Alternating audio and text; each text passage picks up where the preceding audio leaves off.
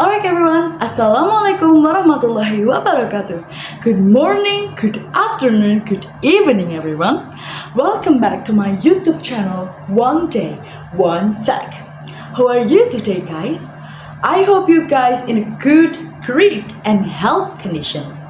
So, if you're wondering what are we going to talk about today? Today, we are going to talk about culture and cross-cultural understanding. But before we start it over, let me introduce myself. My name is Hayira Radatul Aisi with student ID number 24202019.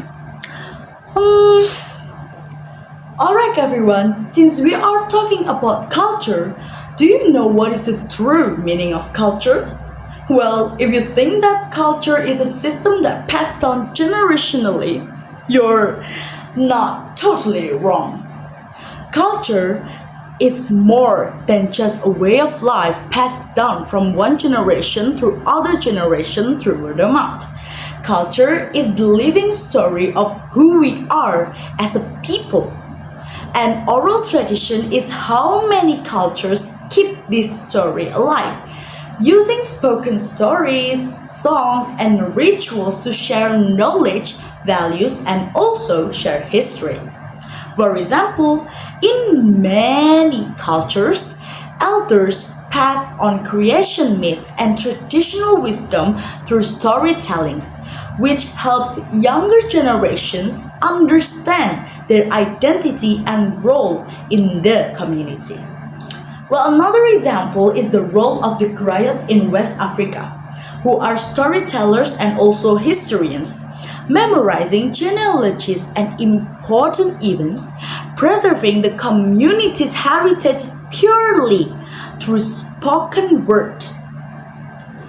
These stories are not static, they change slightly with each telling, allowing the culture to adapt while still holding onto its core meaning. This process transforms culture into a shared, ongoing conversation that connects past, present, and future, making it meaningful and relevant to each new generation.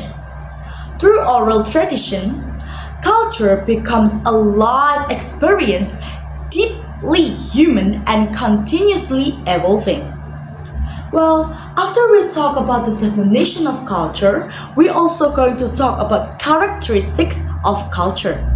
The first characteristic is culture is learned. Culture is something that people learn from those around them. Well, it's not something that we are born with.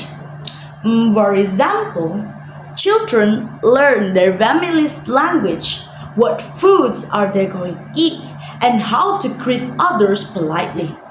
This shows that culture is learned because children pick it up by watching, listening, and practicing with others and around them in their community. The second characteristic is culture always dynamic. Culture is also always changing or dynamic. Every generation has their own way to express and to give culture a new color. For example, the music people listen to or the clothes that they wear can change over time because it's influenced by lots of new ideas and technology or contact with other cultures. Young people might start using new slang or social media trends that older people don't do. This means that culture is not static and fixed. It grows and adapts the world around us. So culture is learned through experience and shared teaching, and it's dynamic because it changes with time to fit new situations and fit new people. Well, not only characteristics, but we also need to learn about the element of culture. Culture is made up of important elements like worldview, norms, and symbols that deeply influence how people live and how people interact. Worldview is the overall way people see and understand the world around them. And worldview shapes their beliefs about life, about nature, and how people fit into the universe. To make you easier to understand, it's like this. Many cultures have a worldview that sees humans as part of nature, and then they connect it to animals, plants, and the earth. This belief guides them to treat the environment around them with care and respect. Another example is like how some Western cultures often view progress in terms of technology and economic growth, which influences their priorities and also their lifestyles. The second element is norms. Norms are the rules or expectations about how people should behave in a culture. These can be formal like laws or informal like habits, like custom or manners. In everyday life, norms tell us what is considered polite and what is considered as rude. In many Western countries, a norm it is a norm to make an eye contact during conversation as a sign of respect and attention, while in some Asian cultures, avoiding direct eye contact is a norm to show some humility and to show some respect. Similarly, removing shoes before entering someone's house is a norm in so many Asian cultures. It's to signaling the cleanliness and also signaling respects. And then the last is symbols. Symbols are objects, sometimes gestures or words that carry special meanings recognized by people within a culture. Symbols help people express their ideas, their feelings, and their identity without using words alone. Like including a country's flag, symbolizing national pride, or religious symbols like the cross in Christianity or the crescent moon in Islam, which represent faith and also community. In everyday life, gestures can also be symbols, like thumbs up means approval in many places, but the same gesture can sometimes be offensive in other cultures. Even colors also carry symbolic meanings, like white often representing purity in Western weddings, while in some Eastern cultures, white is sometimes associated with mourning. Together, these elements form the foundation of culture. They shape how people view their world, and then how they act and how they behave with one another, and also how they express their identity and values. These elements work together to create shared meanings and a sense of belonging within a society while guiding social life and communication. Understanding all of the characteristic and an element helps us appreciate cultural differences and improve our interaction with other people from other backgrounds and culture.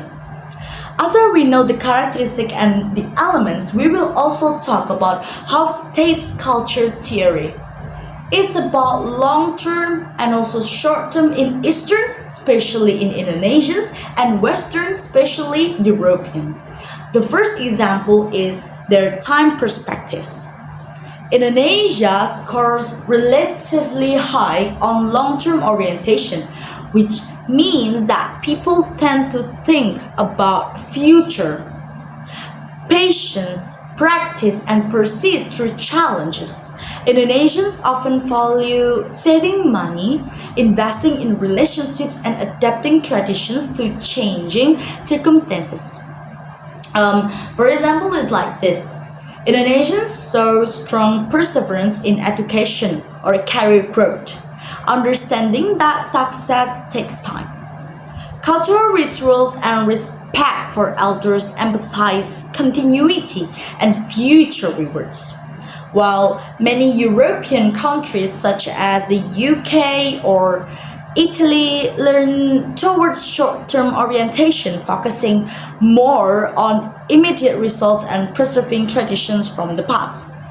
Europeans may prioritize quick achievements and focus on enjoying life for today.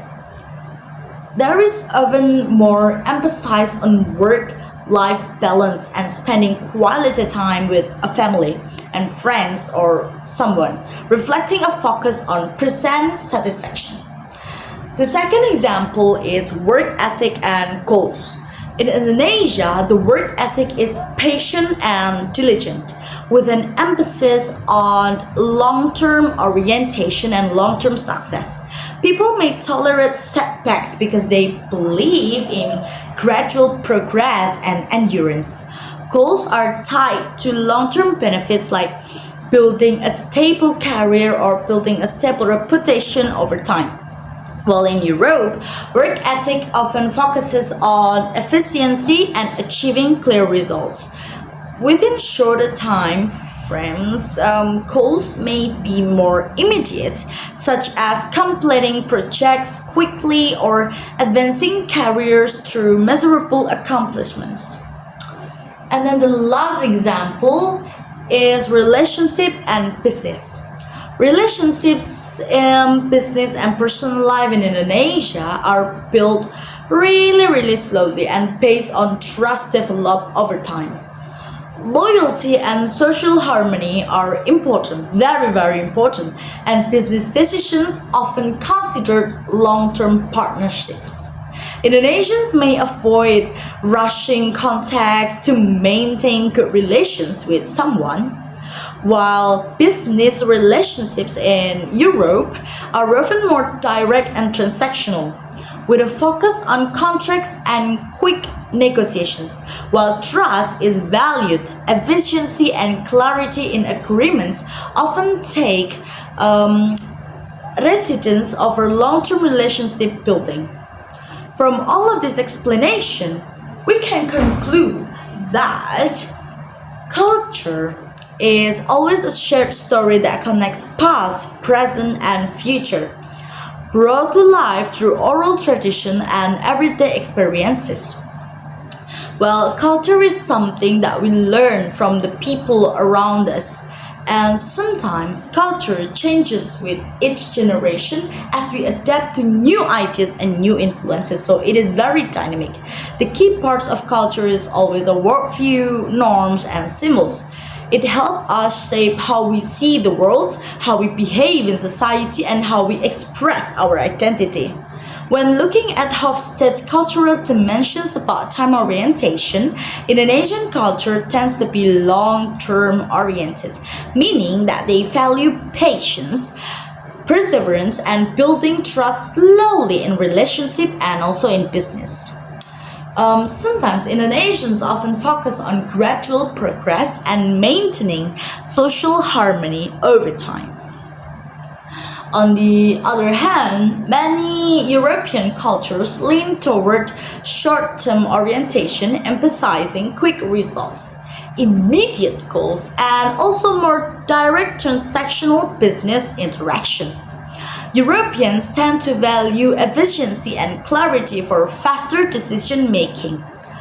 Understanding all of these cultural differences in values, communication, and also time perspectives helps us appreciate diversity and navigate interactions respectfully and effectively across cultures. This insight is very essential not only in business but also in friendship, in education, and everyday life, promoting harmony in an increasingly connected world. Alright, everyone, I think that's all our talk for today. See you soon. Stay happy, stay healthy, stay steady. Last I say, wassalamualaikum warahmatullahi wabarakatuh. Goodbye, everyone.